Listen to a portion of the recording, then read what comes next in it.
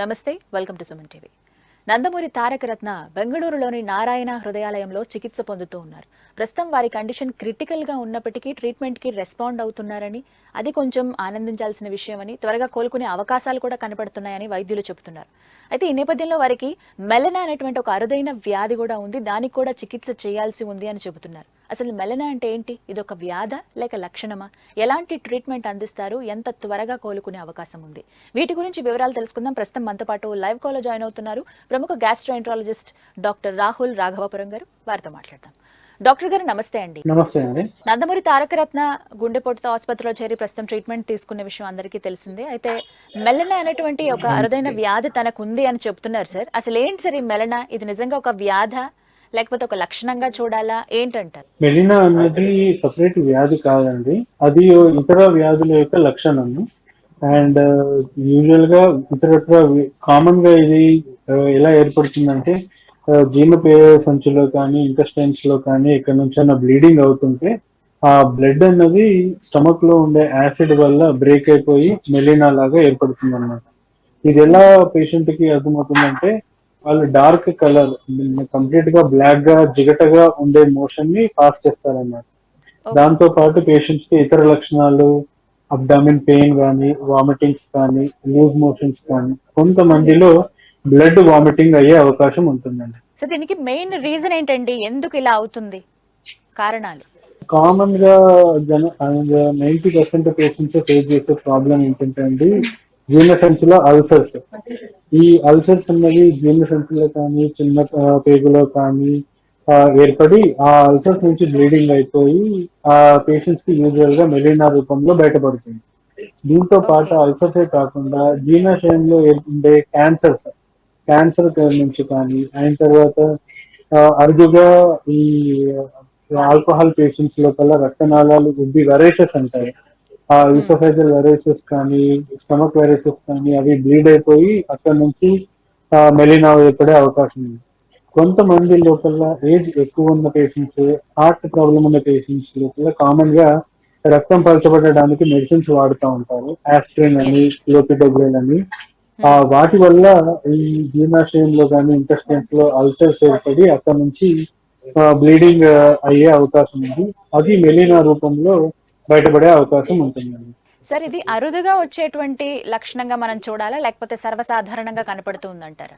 Common గా patient కు abdomen complaints లో చాలా అరుదుగానే కనబడుతుంది. కొంతమంది పాపులేషన్ లోనే ఈ సింటమ్ ఏర్పడుతుంది. ఎక్కువగా మనం ఇందాక మాట్లాడుకున్నట్టు ఒక 100 మంది అల్సర్ పేషెంట్స్ ఉన్నా వాళ్ళ లోపల ఒక 1 to 5% వాళ్ళలో మాత్రమే ఈ మెలినా అన్నది ఏర్పడుతూ ఉంటుంది. ఈ ఎంతో మంది పేషెంట్స్, హార్ట్ పేషెంట్స్, ఈ ఆస్పిరిన్ క్లోపిడోగ్రెన్ పేషెంట్స్ టాబ్లెట్స్ పైన ఉన్న వాళ్ళలో ఒక 1 to 5% పేషెంట్స్ లో మాత్రమే ఇది అరుదుగా ఏర్పడే అవకాశం ఉంటుంది. ఎస్పెషల్లీ ఐసీయూలో ఉన్న పేషెంట్స్ కానీ బాగా సిక్ ఉన్న ఎల్డర్లీ పేషెంట్స్ లో ఏర్పడుతుంది. సరే, ట్రీట్మెంట్ ఎలా అండి? ఎలా చేస్తే, అంటే ఎటువంటి ట్రీట్మెంట్ అందిస్తే తగ్గుతుందండి?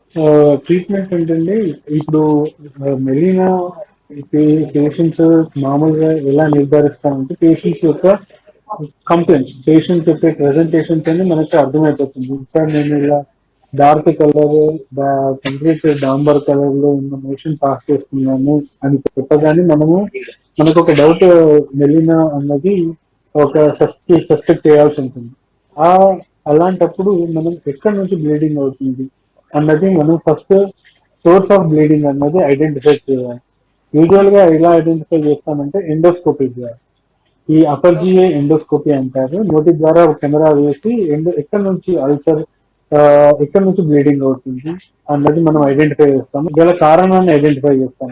అల్సర్స్ కానీ, క్యాన్సర్స్ కానీ, వెరైసెస్ కానీ, ఇలా ఇతరత్ర కారణాలు ఏమన్నా ఉన్నాయా అన్నది చూసి దానికి తగ్గట్టుగా ట్రీట్మెంట్ అన్నది చేస్తాం అన్నమాట. సార్, ప్రస్తుతం తారక రత్న గారి ఇష్యూ చూసుకుంటే గుండెపోటుతో హాస్పిటల్లో చేరారంటే ఆ తర్వాత ఇది కూడా ఉంది అని చెప్తున్నారు. ఇది ఒక లక్షణం కూడా కనపడుతుంది అన్నారు. అంటే రిలేటెడ్ ఇష్యూ ఇది హార్ట్ ఇష్యూస్ ఎవరికైతే వస్తాయో వాళ్ళల్లో ఖచ్చితంగా మెలన్ కనపడుతుంది అంటారా? అవునండి, అంటే ఖచ్చితంగా అని చెప్పలేం కానీ ఈ పేషెంట్స్ ఇప్పుడు హార్ట్ ఇష్యూ వచ్చిన పేషెంట్స్ తో ఇమీడియట్ గా రక్తం పలచబడే మెడిసిన్స్ అవన్నీ ఇస్తూ ఉంటారు. ఓకే, సో దానివల్ల ఇంటెస్టైన్ లో బ్లీడింగ్ అవ్వచ్చు. కొన్నిసార్లు రక్తనాళాల్లో వాపు వస్తుంది, అన్ని రీజన్స్ ఉంటాయి.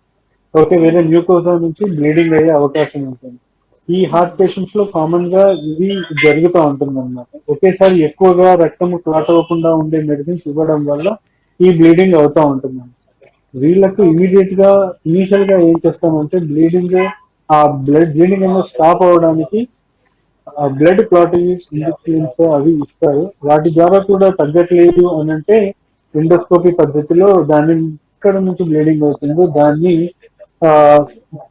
కోయాగ్యులేట్ చేయడం కానీ, కొన్ని కోయాగ్యులేషన్ ఓకే. అంటే కరెంటుతో కాల్చి అక్కడి నుంచి కోయాగ్యులేట్ చేయడం కానీ, లేదంటే ఏదైతే రక్తనాళం నుంచి బ్లీడింగ్ అవుతుందో, ఏదైతే అల్సర్ నుంచి వస్తుందో అక్కడ ఒక క్లిప్ అప్లై చేసి దాని నుంచి బ్లీడింగ్ అన్నది ఆపేయడం కానీ, కొన్ని ఇంజెక్షన్స్ ఇస్తారు ఆ ఎండోస్కోపీ ద్వారానే సలైన్ కానీ అడ్రినలిన్ ఇంజెక్షన్స్ ఇవ్వడం వల్ల కానీ బ్లీడింగ్ అన్నది కంట్రోల్ చేయవచ్చు.